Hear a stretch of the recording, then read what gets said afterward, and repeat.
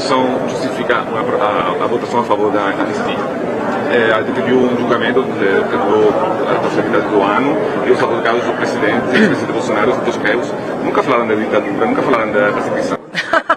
Como nós defendemos a anistia, gente? Os esquerdistas, muitos deles que assassinaram mais de 120 assassinatos. Eu estou falando em assalto a banco. A esquerda foi anistiada de assaltos, de homicídios, de sequestros. E eles foram todos anistiados ampla, de forma restrita e geral. E agora eu estou falando de velhinhos, com bíblias na mão, sem armas, sem planejamento. E vocês dizem que isso não merece anistia?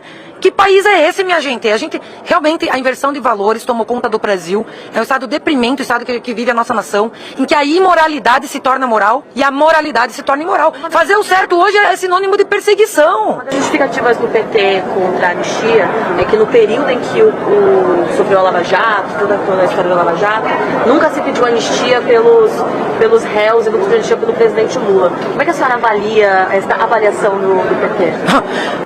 O escândalo da Lava Jato, minha gente, Lula foi descondenado, não foi inocentado.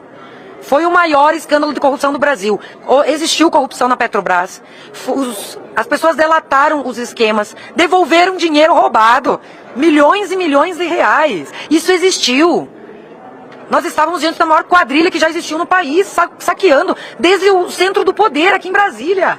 Isso existiu. Isso foi uma realidade. Não é porque, sob a justificativa de que o Moro e o Dallagnol, promotor e juiz, estavam combinando perseguir, se anulou tudo. Então agora nós temos que anular esse processo que está no Supremo, porque o Alexandre de Moraes, pela vaza-toga Eduardo Tagliaferro, demonstrou nas mensagens dos grupos privados do gabinete do Alexandre de Moraes, o ministro, que havia uma combinação de perseguição a pessoas. Ele não queria soltar pessoas que o PGR pediu para soltar.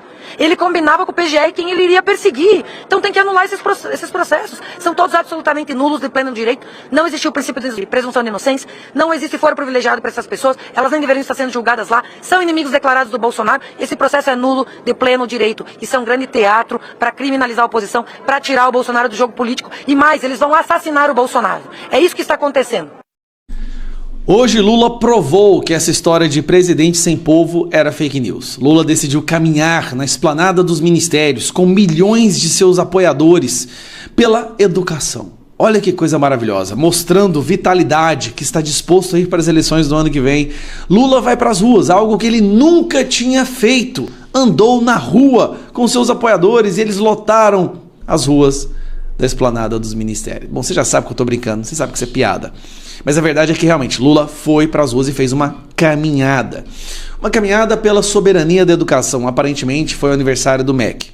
Antes de eu te mostrar a vergonha da caminhada, eu quero te mostrar algumas notícias sobre a educação. Lula afirma ter garantido verba, governo Lula não compra todos os livros didáticos para 2026. Deixa eu explicar uma coisa, Lula não tem dinheiro para livros.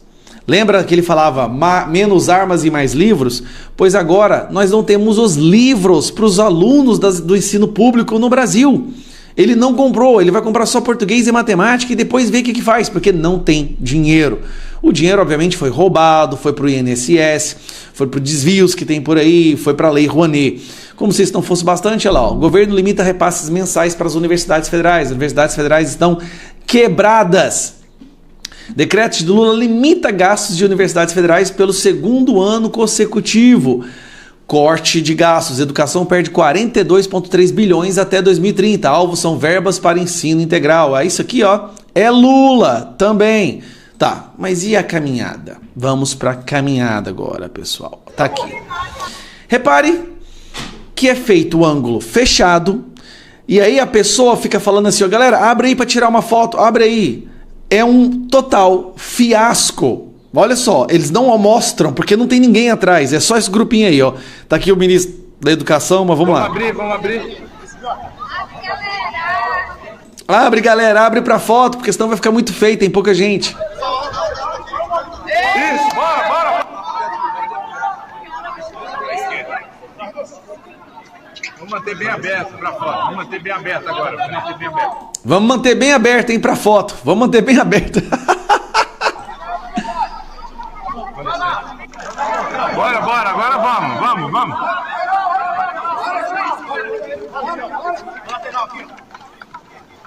Tá,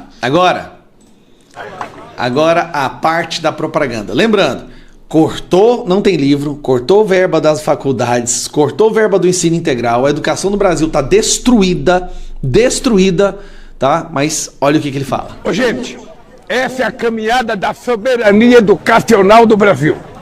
Nós temos consciência que é através da educação, da creche à universidade, da alfabetização a um curso de engenharia, que a gente vai tornar o Brasil soberano para nunca mais ninguém dar palpite sobre o Brasil. Viva a educação brasileira, viva o MEC! Viva! Viva o MEC, que está cortando o fundo e os gastos com a educação e deixando o povo sem livro. 45 anos do MEC. Aí o bicho é burro, ele não tá usando microfone. Lula tá com o microfonezinho aqui, tá vendo? Aí vem o burro da educação e não percebe que ele tá sem microfone e não dá pra escutar nada que ele fala. Mas ele fica aí falando as coisas. 45 anos do MEC. O presidente Lula foi o maior presidente que olhou para a educação, responsável pelos grandes Ninguém escuta nada, nem não é o seu celular que tá estragado, não, viu? programas, pelo ProUni, pelo SISU, pelo FIES, pelo Enem, Aqui, o Padilhazinho ali, o sancionado, fez escravo de Cuba. pelo FED-6.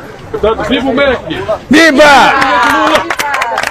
É a Janja? Olha, a Janja tá ali, rapaz. Voltou dos Estados Unidos depois de fazer umas comprinhas, né, Janja? O Haddad tá aqui também. Ele vai taxar alguém nesse caminho aí. É isso aí, viva! Com Ai, meu Deus. Aí vem a Gleisi Hoffmann. Lula, a educação tem muita diferença no Brasil. Só crescendo.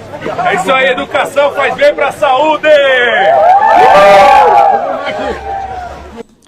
O Haddad ficou sem criatividade.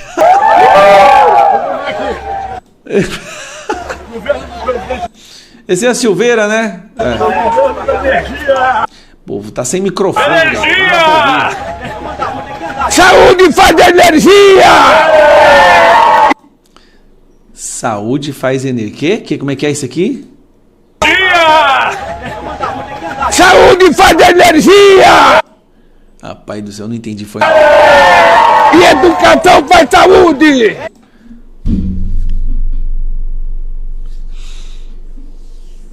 Esse é o seu presidente, pessoal. Foi condenado. O maior esquema de corrupção do mundo. Foi tirado da cadeia. Presta atenção, esse cara, ele foi tirado da cadeia. Para ser recolocado na presidência. Ele foi nomeado. Um corrupto, ladrão. Gente.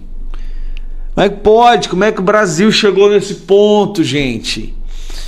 Ano que vem a gente desfaz isso aí, se Deus quiser. Os que não tiverem sido presos nem assassinados ainda, nós vamos desfazer isso aí.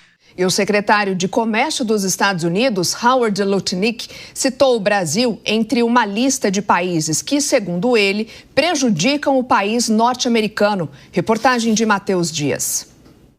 Às vésperas da possível conversa entre Lula e Donald Trump, o secretário de Comércio dos Estados Unidos não poupou palavras ao criticar a relação entre os países. Howard Lutnick disse que é preciso consertar o Brasil. O secretário continua a defender que o país norte-americano é vítima de uma relação comercial desbalanceada.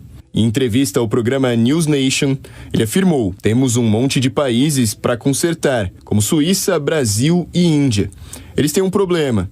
São países que precisam reagir corretamente aos Estados Unidos, abrir seus mercados, parar de tomar ações que prejudiquem os Estados Unidos. E é por isso que estamos em desvantagem com eles. O economista e doutor em relações internacionais, Igor Lucena, avalia que a economia brasileira ainda é bastante fechada para os padrões atuais. Apesar de nós estarmos na 10ª maior economia do mundo, entre as 10 maiores, a gente fica ali entre 8º e até 12º, dependendo do câmbio, o Brasil ele não representa mais de 3% do comércio internacional, porque nós somos extremamente fechados. E é isso que o secretário fala, que se o Brasil não abrir seu mercado para os Estados Unidos, vai ficar muito difícil para o presidente Trump fazer qualquer tipo de negociação que vão incluir a possibilidade de retirada de tarifas. A partir de quarta-feira, os Estados Unidos iniciam uma nova rodada de tarifas, que variam entre 25% a 100%, sobre medicamentos, móveis, caminhões pesados e itens para cozinha e banheiro. Nesse caso, o Brasil não vai ser afetado, mas o impacto será muito grande para vários outros países. Na tentativa de justificar o novo tarifaço, Lutnick usou a Suíça como exemplo, dizendo que o país europeu lucra 400 bilhões de dólares por ano em vendas aos Estados Unidos. O secretário de Comércio finalizou dizendo que esses países precisam entender que se eles querem vender para os consumidores americanos, é preciso jogar bola com o presidente dos Estados Unidos. Para Igor Lucena, o mesmo vale para o Brasil. Se nós não abrirmos de fato a nossa economia, isso vai continuar acontecendo. Outros países, a própria China é um exemplo disso, vão continuar crescendo do ponto de vista de poder de paridade de compra e o Brasil e a sua população estagnada. Então é péssimo. Taxado em 50% por Donald Trump, o Brasil tem déficit comercial com os Estados Unidos há vários anos. Mas em agosto, as exportações do país para o mercado americano caíram 18,5% como consequência da taxação.